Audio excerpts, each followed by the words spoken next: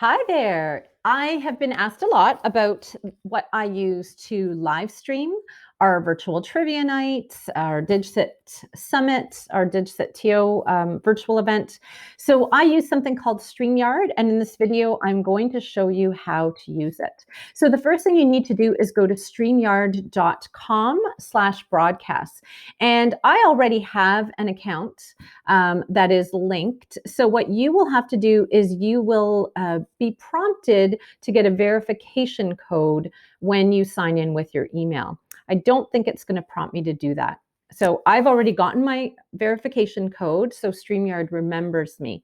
Then I need to identify which YouTube channel I want to link my StreamYard to. So in this case, I'm going to link it to my personal account, and I'm going to call it virtual. I'm setting up my virtual Tuesday trivia, social distancing trivia. And it'll be week 7, if you can believe it. And then I'm going to just say, join us. I can fix this later. I can identify here whether or not I want it to be public, unlisted, or private. And I'm going to choose public. And I'm going to go schedule for later. It also prompts you to pull up a thumbnail image, which I always like to do. So this was the first page in our Google slide, which I downloaded as an image so that when people come to the live stream, they see the image that I want. That's what the thumbnail is all about. And the time it's going to be, so it's every Tuesday at 8 p.m. Eastern Time. And I go create broadcast. So now when I go back to StreamYard at any point, I can edit that. I can go and jump into the broadcast studio. So the other thing you can do is you can go to more, you can invite guests if you are doing a webinar where you're going to be interacting with someone. You can have up to 6 people on screen at a time. You can edit the event, you can delete the event, and I'm going to just go to view on YouTube to show you what people see, and I can embed this on my website if I want to, because it's in YouTube, it's on your YouTube channel, and so you always will have the option to share. So that's what it says, live in 6 days, and when I hit share, I can grab the embed code, copy it, and put it on my website. Okay, so that's what it looks like on the back end in YouTube. What I love is you'll notice that there's a chat here, and I'll show you what that looks like in StreamYard, but this is where people will interact with you if they're signed into YouTube. So let's go back to the StreamYard and let's enter the broadcast studio. So this is a great idea. One of the things I did for the participants in our DigSit TO event is I asked them to come into the StreamYard with me so I could familiarize them with it. We didn't go live, but it's just a great way to do a bit of a tech check, make sure everyone knows what's going on. So you check your camera and mic, and it seems to be working. You can change your display name. And as the creator of the StreamYard, when I go into the broadcast studio, I have a couple of options that are different from when participants come.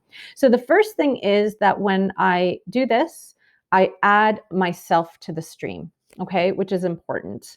The second option I have is I can share my screen, and we just had a test YouTube with the Global Ed Student Chat, so I can control what that looks like. And I happen to have 2 monitors here. So if I don't want that screen to show up, I click that. It could look like this. It could look like this, where my screen is small and I'm big.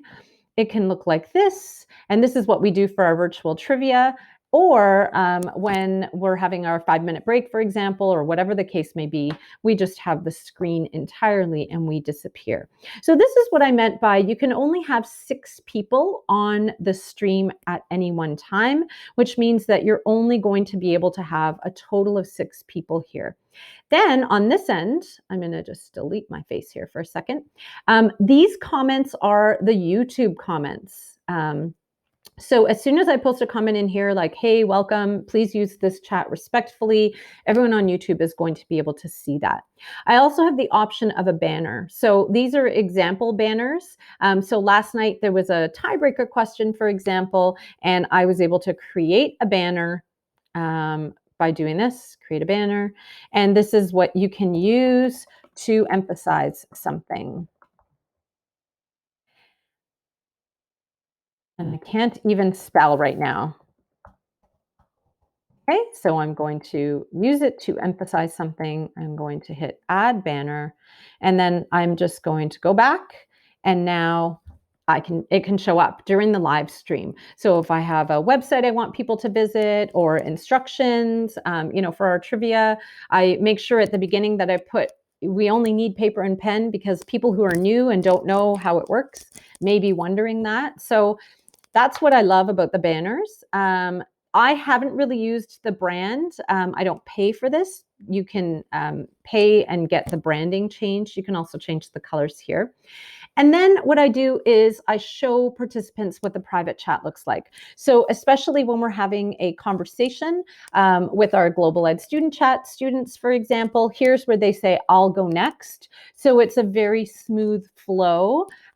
People just aren't talking over one another, but that's because we're using the private chat in order to have those conversations. It's also a place where if you can't hear somebody, you could say, hey, I can't hear your audio, or can you please mute your mic? It's a great feature.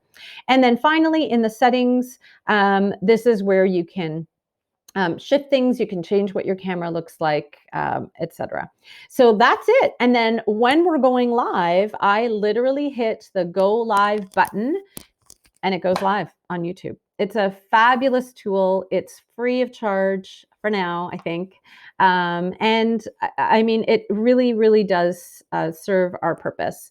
If you want to invite someone right from in here, you can just hit invite, copy to clipboard, and there's also instructions that you can send your guests. Enjoy.